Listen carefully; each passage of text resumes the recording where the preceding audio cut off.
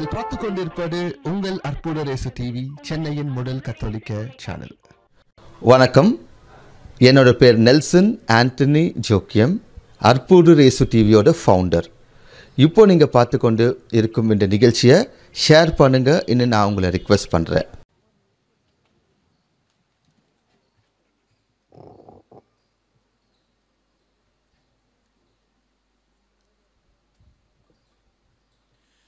இறைவனை ஈன்றவர், இதயத்தில் சுமந்தவர் என்கின்ற மைய பொருளை நாம் இன்றைக்கு சிந்தித்து கொண்டிருக்கின்றோம். கிறிஸ்துவில் அன்பினரை சகோதர சகோதரிகளே, காலம் நிறைவேறிய போது நம்மை மீட்க கடவுள் தம் மகனை ஒரு பெண்ணிடம் பிறந்தவராக முடிவெடுக்கின்றார். கன்னித்தாய் கடவுளின் தாயாய் ஆனதினாலே அவர் முடிவில்லா அந்தஸ்தை பெறுகின்றார் என்று அக்வினாஸ் சொல்லுகின்றார். ஏனெனில் கடவுள் முடிவில்லாதவர். கிறிஸ்துவில் அன்பினரை சகோதர சகோதரிகளே, இதோ உன் தாய் என்று சொல்லியதனால் மட்டும் அன்னை மரியாள் நமது தாயாக மாறவில்லை. மாறாக அவரது வாழ்வினால் நமது தாயாகவே மாறிவிட்டார். கிரேக்க சொல் ஒன்று பயன்படுத்தப்படுகின்றது, தியோட்டோகோஸ். அப்படி என்றால் கடவுளை தாங்கியவர், கடவுளை சுமந்தவர். கடவுளை சுமந்ததினால், கடவுளை தாங்கியதினால் அவர் மீட்பின் திட்டத்திலே மிக முக்கியமான பங்கை வகிக்கின்றார் என்பதனை அவரது பிறப்பை குறித்து சொல்லுகின்ற கிரீட் நகர் புனித ஆண்ட்ரூ இவ்வாறு சொல்லுகின்றார்: படைப்புகள் அனைத்தும் புகழ் பாக்களாலும் ஆடல்களாலும் ஆர்ப்பரிக்கட்டும் என்று சொல்லுகின்றார். விண்ணுலகோர் மண்ணுலகோர் அனைவருக்கும் இது உகந்த நாள் என்று சொல்லுகின்றார். ஏனெனில் உலகை உருவாக்க எம்பெருமானுக்கு ஏற்றதொரு ஆலயம் கட்டப்பட்டு விட்டது என்று அவர் சொல்லுகின்றார். மரியாள் பிறக்கின்ற போதே கடவுளுடைய தாய்க்குரிய அந்த அந்தஸ்தை பெறுகின்றார் என்பதனை இந்த வார்த்தைகள் நமக்கு புலப்படுத்துகின்றன. இன்றைய மையப்பொருளை ஆழமாக சிந்தித்து பார்க்கின்ற போது என் மனதில் தோன்றிய சில கருத்துக்களை தியான கருத்துக்களாக உங்களோடு பகிர்ந்து கொள்ள ஆசிக்கின்றேன். அன்பினரை சகோதர சகோதரிகளே, இறைவனை ஈன்றவர் கன்னி மரியாள். இது ஒரு தொடக்கமாக நாம் கொள்ளலாம். ஆனால் இறுதி வரைக்கும் அவரை இதயத்தில் சுமந்ததனால்தான் அவர் பெருமைக்குரியவராக மாறுகின்றார் என்பதனை நாம் புரிந்து கொள்ள வேண்டும். தாய்மை ஒரு குழந்தையை பெற்றெடுப்பதில் மட்டும் முடிந்து விடுவதில்லை. மாறாக அந்த பிள்ளையினுடைய முழுமை, அவருடைய எதிர்காலம், அவருடைய வருங்காலம் என்று எப்போது அந்த தாய் நினைக்கின்றாரோ அப்பொழுதுதான் அவருடைய தாய்மையினுடைய நிறைவை நாம் கண்டுணர முடியும். இந்த தாய்மை என்பது ஒரு பண்பு, இந்த தாய்மை என்பது ஒரு தகுதி. இது எல்லோருக்கும் பொருந்தும். காரணம், கடவுளுடைய அருட்குணமாக இந்த தாய்மை பண்பும் விளங்குகின்றது. இது ஆணாக இருந்தாலும் சரி, பெண்ணாக இருந்தாலும் சரி, பெரியோர்களாக இருந்தாலும் சரி, சிறியோர்களாக இருந்தாலும் சரி, எல்லோருக்கும் பொதுவான ஒரு பண்பு. இது கடவுளுக்குரிய ஒரு பண்பு, தாய்மை என்பது. எனவே தொடக்கத்திலிருந்து இறுதி வரைக்கும் பிறருடைய நலனிலே அக்கறை கொள்ளுகின்ற ஒரு பண்பினை நாம் அனைவரும் கொண்டிருக்க வேண்டும் என்பதனைத்தான் இந்த நாள் நமக்கு அறிவுறுத்துவதாக நான் நினைக்கின்றேன். கிறிஸ்துவில் அன்பினரை சகோதர சகோதரிகளே, மீட்பு பணி அவருடைய பிறப்பிலிருந்து, கிறிஸ்துனுடைய பிறப்பிலிருந்து ஆரம்பமாகின்றது என்று நாம் புரிந்து கொள்ளலாம். காரணம், கிறிஸ்துவுக்கு அவர் இடமளிக்கின்றார், வார்த்தைக்கு அவர் உரு கொடுக்கின்றார், இந்த கிறிஸ்துவுக்கு அவர் உடல் கொடுக்கின்றார். எனவே சதையும் இரத்தமும் இது கன்னிமரியால் கொடுத்தது என்பதை நாம் இந்த நேரத்திலே புரிந்து கொள்ள வேண்டும். கடவுளாக இருந்தாலும் இயேசு கிறிஸ்து ஒரு முழு மனிதனாக உருபெற அன்னை மரியாள் ஒரு கருவியாக தேர்ந்தெடுக்கப்படுகின்றார். பலரை ஆசீர்வதித்த அந்த கரங்கள், தொட்டு குணப்படுத்திய அந்த கரங்கள், ஆறுதல் தந்த அந்த கரங்கள் எல்லாம், இயேசுனுடைய கரங்கள் எல்லாம் அன்னை மரியாள் கொடுத்ததே. பலரை, பாவிகளை, ஏழைகளை, குழந்தைகளை தேடி சென்று ஆளில்லாத ஆடுகள் போல் இருந்ததை தேடி நாடி அவர்களுக்கு உதவி செய்த அந்த கால்கள் மரியாள் கொடுத்ததே என்பதை நாம் உணர வேண்டும். கருணை கொள்ள, அன்பு காட்ட, இறைவனுடைய கொடைகளை பிறருக்கு அள்ளித்தர அந்த இதயத்தை கொடுத்தது அன்னை மரியாள் தான் என்பதனை நாம் உணர வேண்டும்.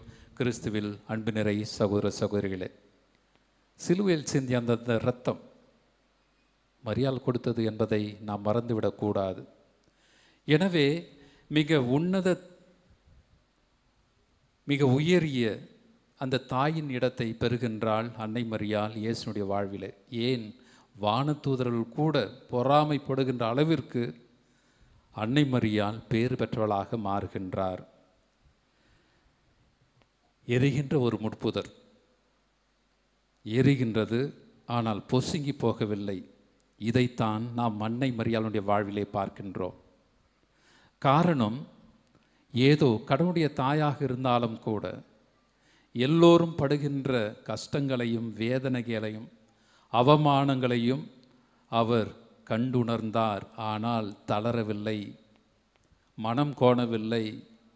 உறுதியோடு எப்பொழுதும் உரத்தோடு இருக்கின்ற அந்த அன்னை மரியாள் நமக்கு ஒரு பாடமாக மாறுகின்றாள்.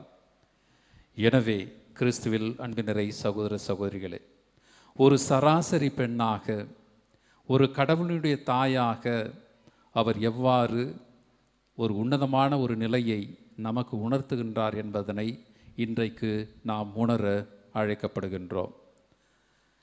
இதில் ஒரு விந்தை என்னவென்றால், கிறிஸ்துனுடைய வாழ்வும் அன்னை மரியாளுடைய வாழ்வும் இணைந்தே செல்லுகின்றன.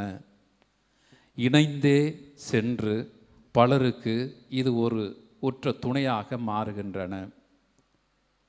கருதரித்திலிருந்து பார்க்கின்ற போது எலிசபெத் அம்மாளை சந்திக்கின்ற அந்த தருணம், அவள் கண்டது மரியாளை மட்டுமல்ல, ஊன கண்களால் மரியாளை மட்டுமல்ல, மாறாக அவர் தாங்கியிருந்த அந்த இயேசுவையும் அவர் கண்டுகொள்ளுகின்றார். மரியாளினுடைய பிரசன்னம் இயேசுவை அப்போதே வெளிப்படுத்துகின்றது.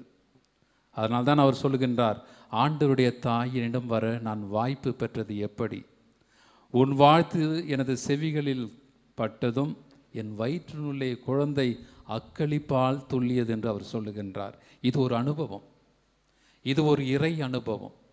இணைந்தே செயல்படுகின்ற அன்னையை நாம் பார்க்கின்றோம். அவருடைய தாய்மை பிறரை போன்றதே. தன் உதரத்தில் இடமளித்து வளர்த்து பேணி காத்து, அதே சமயம் அந்த மகன் எனக்கு மட்டும் என்கின்ற அந்த நிலையை மாற்றி, என் மகன் பிறருக்கும் தேவை என்று சமூகத்திற்கு அறிமுகப்படுத்துகின்ற அந்த தாயுடைய மனது பேறு பெற்றது என்பதையும் நான் இந்த நேரத்தில் உணர வேண்டும். வழக்கமாக நமது பிள்ளைகள் எனக்கு, எனது குடும்பத்திற்கு, எனது எதிர்காலத்திற்கு என்கின்ற ஒரு குறுகிய வட்டத்தில் தான் நாம் வளர்க்கின்றோம், ஆசிக்கின்றோம். நம்முடைய ஜபங்கள் எல்லாம் கூட எனது எனது எனது எனது பிள்ளைகள் என்கின்ற அந்த ஒரு வட்டத்திற்குள் தான் அமைகின்றன. ஆனால் அன்னை மரியாள், நான் பெற்றெடுத்த இந்த பிள்ளை, நான் பாதுகாத்து வளர்த்த இந்த பிள்ளை, எல்லாவற்றிலும் முழுமையாக உறுதுணையாக அவனோடு நின்ற நான், எனக்காக மட்டுமல்ல, என் மகன் இந்த சமுதாயத்திற்கு வேண்டும் என்று அந்த கானாவூர் திருமணத்தின் போது இந்த சமூகத்திற்கு அவரை அறிமுகப்படுத்துகின்றார். ஏதாவது செய் என்று சொல்லுகின்றார். அந்த சமூகத்தை பார்த்து அவர் சொல்வதைப் போல செய்யுங்கள் என்று சொல்லுகின்றார். கிறிஸ்துவில் அன்பு நிறை சகோதர சகோதரிகளே, மரியாள் இயேசுவின் தாய், இயேசு மரியாளின் மகன். இயேசு அவருக்கு மட்டுமல்ல, பிறருக்கும் சொந்தமானவர். இயேசுவின் பணி வாழ்வு இதைத்தான் நிரூபிக்கின்றது. இயேசு இறந்த பிறகு மட்டுமல்ல, அவர் உயிர்த்த பிறகு ஆதி திரு அவையோடு தனது உடனிருப்பை நிச்சயம் செய்கின்றார். இந்த திரு அவை உருவாக்கத்திலே அவர் உடனிருக்கின்றார். தலைமை பொறுப்புக்காக அல்ல, தான் பெரியவள் என்கின்ற ஒரு எண்ணத்தை உருவாக்குவதற்காக அல்ல, மாறாக இந்த திரு அவை இயேசுடைய கொள்கைகளோடு இணைந்து செயல்பட வேண்டும் என்கின்ற அந்த எண்ணத்தை அவர் உருவாக்குகின்றார். இதுவும் ஒரு சிறந்த தலைமை பண்பு, தாயின் பண்பு. இன்றைய வாசகங்கள் நமக்கு இதைத்தான் அறிவுறுத்துகின்றன. குறிப்பாக 2வது வாசகத்திலே நாம் கேட்டது போல, இயேசுனுடைய சிலுவை வழியாக நாம் மீட்படைய அன்னை மரியாளும் உடன் இருந்ததினால்தான் அது முழுமை பெறுகின்றது என்பதனை நாம் உணர்கின்றோம். கிறிஸ்துவில் அன்பு நிறை சகோதர சகோதரிகளே, நற்செய்தி வாசகத்திலே இடையர்கள் வந்து சொன்னபோது மரியாள் உள்ளத்தில் இருத்தி சிந்தித்து கொண்டிருந்தார் என்று நாம் படிக்க கேட்டோம். அதற்கு முன்பாக லூக்கா எழுதிய நற்செய்தி 1வது அதிகாரம் 29வது வசனத்திலே இந்த வாழ்த்து எத்தகையதோ என்று எண்ணிக்கொண்டிருந்தார் என்று நாம் வாசிக்கின்றோம். எண்ணிக்கொண்டிருந்தார். இடையர்கள் வந்து அவர்கள் தங்களது அனுபவத்தை பகிர்ந்து கொள்கின்ற போது இதையெல்லாம் உள்ளத்தில் இருத்தி சிந்தித்து கொண்டிருந்தார் என்று நாம் இன்றைக்கு படிக்க கேட்டோம். எண்ணிக்கொண்டிருந்தார், சிந்தித்து கொண்டிருந்தார். இதெல்லாம் ஒரு படிநிலை, ஆன்மீகத்தினுடைய படிநிலை. ஒரு அச்ச நிலையிலிருந்து இப்பொழுது தெளிந்த நிலைக்கு அவர் தன்னையே உட்படுத்தி கொண்டிருக்கின்றார். ஆனால் இன்னொரு நிகழ்வும் உண்டு. லூக்கா எழுதிய நற்செய்தி 2வது அதிகாரம் 51வது வசனம். ஞானிகள் வந்து குழந்தையையும் அதனுடைய தாயையும் கண்டபோது இந்த நிகழ்ச்சிகள் எல்லாம் தன் உள்ளத்தில் பதித்து வைத்தார் என்கின்ற ஒரு வார்த்தையை லூக்கா பயன்படுத்துகின்றார். எண்ணிக்கொண்டிருந்தார், சிந்தித்து கொண்டிருந்தார், இப்பொழுது பதித்து வைத்து கொண்டிருந்தார். கிறிஸ்துவில் அன்பினரை சகோதர சகோதரிகளே, நமது வாழ்விலும் நான் ஏற்கனவே சொன்னது போல இந்த தாய்மை என்கின்ற அந்த பண்பு, கடவுளுடைய குணநலன் நம் வாழ்விலும் படிநிலையை காண வேண்டும். பல்வேறு குழப்பங்கள் இருந்தாலும், சந்தேகங்கள் இருந்தாலும், அது கண்டிப்பாக ஆண்டவனுடைய புரிதலிலே விட்டுவிடுவது நல்லது என்கின்ற ஒரு மனநிலை நமக்கு இருக்கின்ற போது நாம் ஒரு உச்சநிலையை அடைகின்றோம். உள்ளத்தில் பதித்து வைத்தார் என்று சொல்லுவதெல்லாம் இன்றைய வாசகத்தில் நாம் கேட்டது போல எதிர்நோக்கை கைவிட்டு விடாமல் நம்பிக்கையை உணர்ந்து செயல்படுவது. அதாவது கடவுள்தான் எல்லாம், கடவுளை விட்டு வேறு கதி இல்லை என்கின்ற ஒரு நிலைக்கு நாம் வளர்கின்ற போது அன்னை மரியாள் நமக்கு ஒரு பாடமாக மாறுகின்றாள். இதுவே தான் எனது செய்தியும் கூட. கண்களை மூடுவோம். அன்னை மரியாளுக்காக நன்றி செலுத்துவோம். அவர் கடவுளுடைய தாய் மட்டுமல்ல, இந்த திரு அவையினுடைய தாயாகவும் இருக்கின்றார். உனக்கும் எனக்கும் தாயாக இருக்கின்றார். நாமும் கூட இயேசுவை கருதரிக்க வேண்டும் என்று அவர் விரும்புகின்றார். ஞானஸ்நானத்தின் போது, நாம் திருமுழுக்கு பெற்றபோது நாமும் இயேசுவை ஏற்றுக்கொண்டோம், கருதரித்தோம். அவர் நம்மிலே வளர வேண்டும், அவர் நம்மிலே உறைய வேண்டும். வளர்ந்து பக்குவப்பட்ட இயேசுவை நமது வார்த்தையாலும் வாழ்வாலும் ஈன்றெடுக்க வேண்டும், பெற்றெடுக்க வேண்டும். அது மட்டுமல்ல, அவரை நம் இதயத்திலே நாம் தாங்க வேண்டும் இறுதி வரைக்கும். நம் இறுதி மூச்சு வரைக்கும் அவருடைய எண்ணம், அவருடைய கொள்கை, அவருடைய வாழ்வு, அவருடைய முன்மாதிரியான செயல்பாடுகள் எல்லாம், ஏன் இயேசுனுடைய முழுமையான அந்த வாழ்வு நம்முடைய இதயத்தை நிறைக்க வேண்டும்.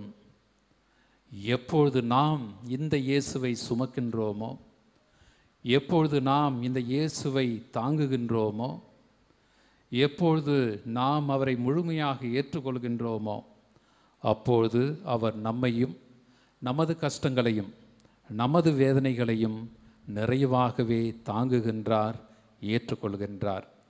இத்தகைய ஒரு வாழ்வு வருகின்ற போது நாம் எவ்வளவு பேறு பெற்றவர்கள். அன்னை மரியாளுக்கு நன்றி கூறுவோம், அன்னை மரியாளை பின்பற்றுவோம்.